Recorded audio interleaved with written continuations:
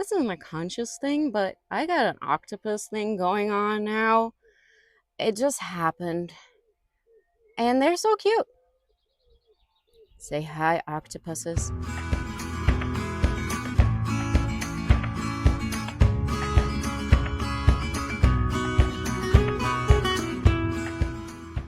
Hi everybody, welcome back to my channel. Today I would like to make a video about the questions I get asked frequently about me and of course my tiny van, Stickadoodles. Because she is so small, I tend to get certain questions, and today I'd like to make a video to address those. So without further ado, let's get right into it. First question, do you live in the van? The answer is no. I don't permanently live in my van. I travel with this van. I have fun trips with this van, but I don't live in the van. I live in a normal home with my partner, and sometimes I solo travel with this van because I like to have the freedom and the flexibility to do so. If I was going to buy a car, I figured I might as well buy a car that fits me and that can house me when I want to travel and be on the road and explore the world. Second question, where do you pee? I actually answered this question in my first video where I talk about my van tours, and then I explain everything about how I go about taking care of my basic needs, like a toilet, for example, because I do have a solution for that. And that leads us to the third question. How do you wash? Since it's pretty obvious there's no bathroom in here, right? But that doesn't mean I don't have a shower. I also explain that in my van tour. And if you have any more questions about how I keep my body clean, I'm of course willing to answer anything. I don't think that when it comes to van life, any questions around the practicalities of it can be inappropriate. So if you still have questions after watching my van tour or after watching this video, be free to ask them in the comments, and I can make another video to answer all of the other questions that you may still have that I didn't get to address in this one. 4. How many people does your van fit?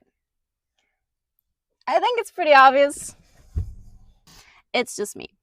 The bed is not expandable. This thing is in the way, and that is a very conscious choice of mine. I wanted to keep everything manageable inside the van, like cooking and taking care of myself, without having to open the doors necessarily, so that I can also travel in winter, but also so that I can be discreet and stealthy. That means that the bed is a single bed. This place cannot house more than one person. It is already pretty compact as it is, but it's perfect for me. And the bed is pretty narrow, but it works. 5. Talking about being able to do everything without opening doors. That's especially important during winter time. Sometimes I will want to do van trips when the weather is still a bit chilly to cold. I have done a van trip in winter as well, and I've slept in this van during winter. Yes, it does get cold. There is no extra insulation. It's a no-build fan. That means that I didn't install a floor. I didn't add anything to the sides or the ceilings. I didn't cover any windows apart from these magnetic curtains that I attached. So yeah, it can get really cold, but honestly, I've never really had a huge problem with it. I've spent multiple days in this van in the depths of winter. I've woken up with snow covering my van and my surroundings. And the only moment where it gets a little bit rough is when you're trying to change. So what I'll do is I will huddle in my sleeping bag and try to change in there as much as possible. But obviously, the moment where you want to wash your face or wash other parts, the water is freezing cold, but it helps you wake up. It's just how you want to see it. And the moment I turn on my little stove that I keep in here and I start to make coffee, the fan is so small that it warms up immediately. And then honestly, I'm not bothered by the cold anymore. 6. Are you comfortable in this thing? Honestly, I am. I mean, if you haven't noticed yet, she's pretty kitted out, first of all. I have tried to add all the creature comforts that I find essential and that I feel I need to feel comfortable and safe in this van. So that's one thing. I have loads of water. I always overpack on water because it gives me anxiety to think of not having enough water, either for drinking or for keeping things clean. I have loads of power banks. I have a power station. So that's another thing that helps me feel comfortable that maybe not everybody thinks about when they're asking me, do you feel comfortable? They're mostly, of course, asking also about the mattress and the bed. Like, am I physically comfortable lying down at night in here and falling asleep? The short answer is yes. It's always a bit of a switch when I go from my king size, huge bed at home to this one. So the first night, I gotta admit, I always feel a little bit awkward. But the second night, I know for sure that everything is solved. I'm comfortable. The mattress is pretty soft but quite firm, which I personally prefer because it helps me with my back. I'm in my 30s, guys.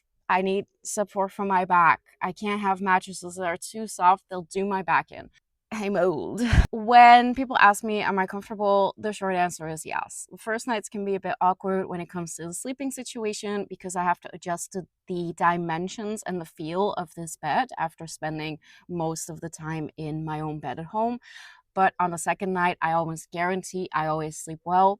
The only bit that might be more uncomfortable actually is during the warmer months. The van is, of course, small, and as you can see, she has a darker green color. She heats up very quickly, and I don't always have the opportunity to park in the shade. So that means waking up earlier sometimes than I would like in the summer because I'm woken by the change in temperature and by the fan heating up. I always pop windows, of course. I make sure I can breathe. But the temperature difference is it's so stark from going from darkness to sunshine that I can't keep up, and I'll be all huddled in my blankets, and then suddenly I'll wake up and I'll be boiling hot and sweating, and then that's the end of the night for me. So that's the only thing that I would say could potentially make me uncomfortable.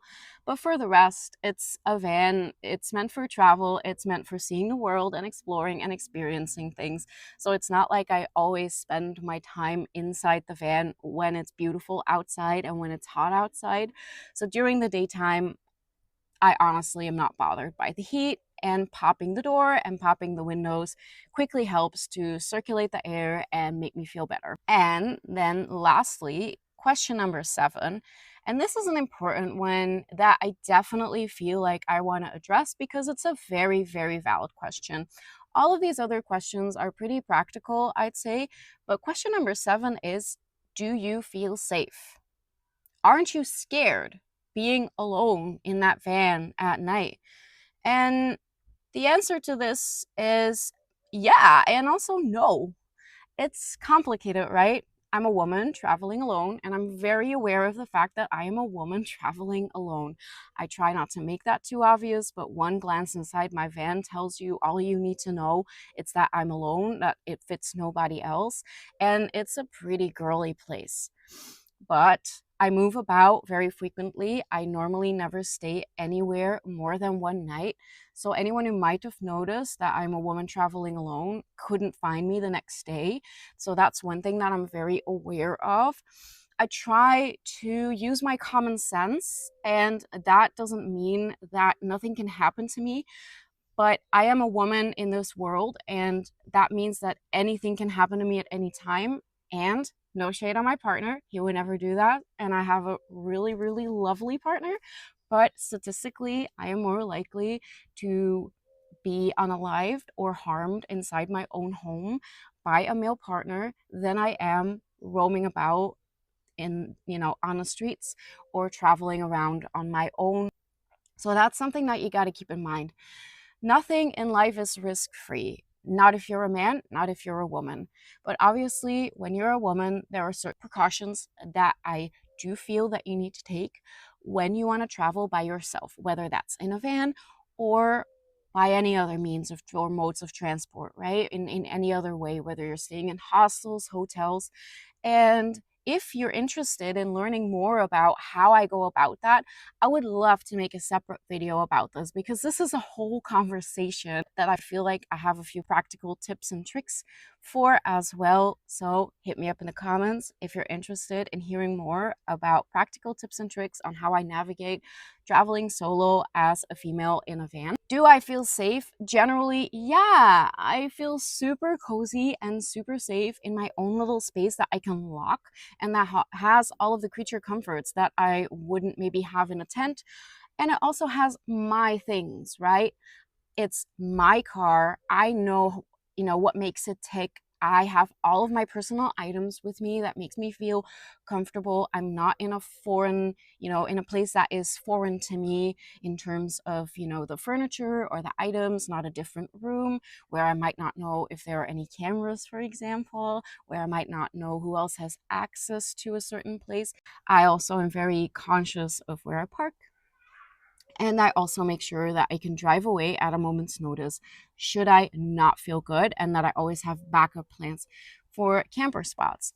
That being said, I have experienced the knock recently, and that was pretty startling. I was standing in a place where other vans and even a real big camper van was stationed. And so it seemed like it was a place that was welcoming to van lifers, people who were maybe staying in their vehicle.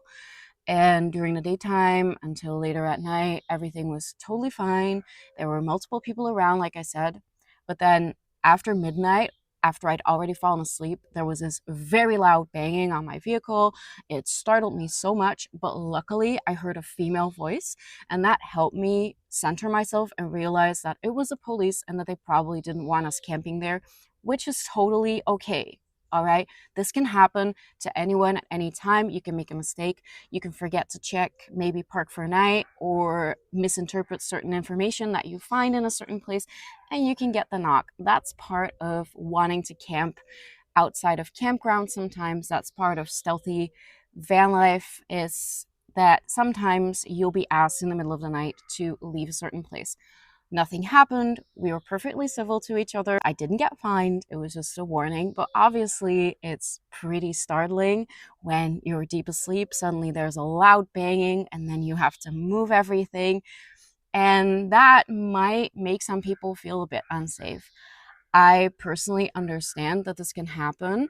It's kind of a risk that I take, and usually it pays off. And this one time it didn't, and I found another place to stay. So it was okay in the end. I am fine. But that is basically life. Nothing's without risk. Even if you go about on the street, on your bike, in your car, when you camp somewhere, when you stay in a hotel, nothing is risk free. Travel isn't either. Staying inside your home and locking yourself in isn't either. So, even though I am conscious of the dangers that I might encounter, especially as a female solo traveler, I always keep in mind that I still want to live my life, that I still want to experience the world as well, and see the world and explore it in a way that I can feel comfortable with, right? And this is the way that I feel, I would say, the most comfortable with. And that's just me personally. And that's how I navigate this need for me to sometimes roam about and explore and see things and experience things, because experiences for me are the most important part of life. If you stay at home indoors, I don't get enough inspiration for my work. I don't get enough ideas flowing, and honestly, it makes me feel a bit sad. So I kind of need to have this flexibility to leave at a moment's notice and go explore places, go hiking, and have the flexibility also to stay there or wherever, in what area I might want to stay at, right? You don't have to prefer what I prefer. You don't have to feel comfortable with what I feel comfortable with. But I do think that you have to think about how to safely navigate your need for freedom, for experiences with certain safety risks that might entail, especially when you're a woman, and balance those things out. You know, find a way that works for you and think things through. So with that, I would like to conclude this video. These are the most frequently asked questions I get about staying in my van. If you have any more questions that I didn't answer in this video, feel free to leave them in the comments. If you would like me to do a separate video on traveling as a solo female traveler, hit me up in the comments. Tell me what you think of this one. And I thank you so much for watching, and I hope to see you in the next one. Bye!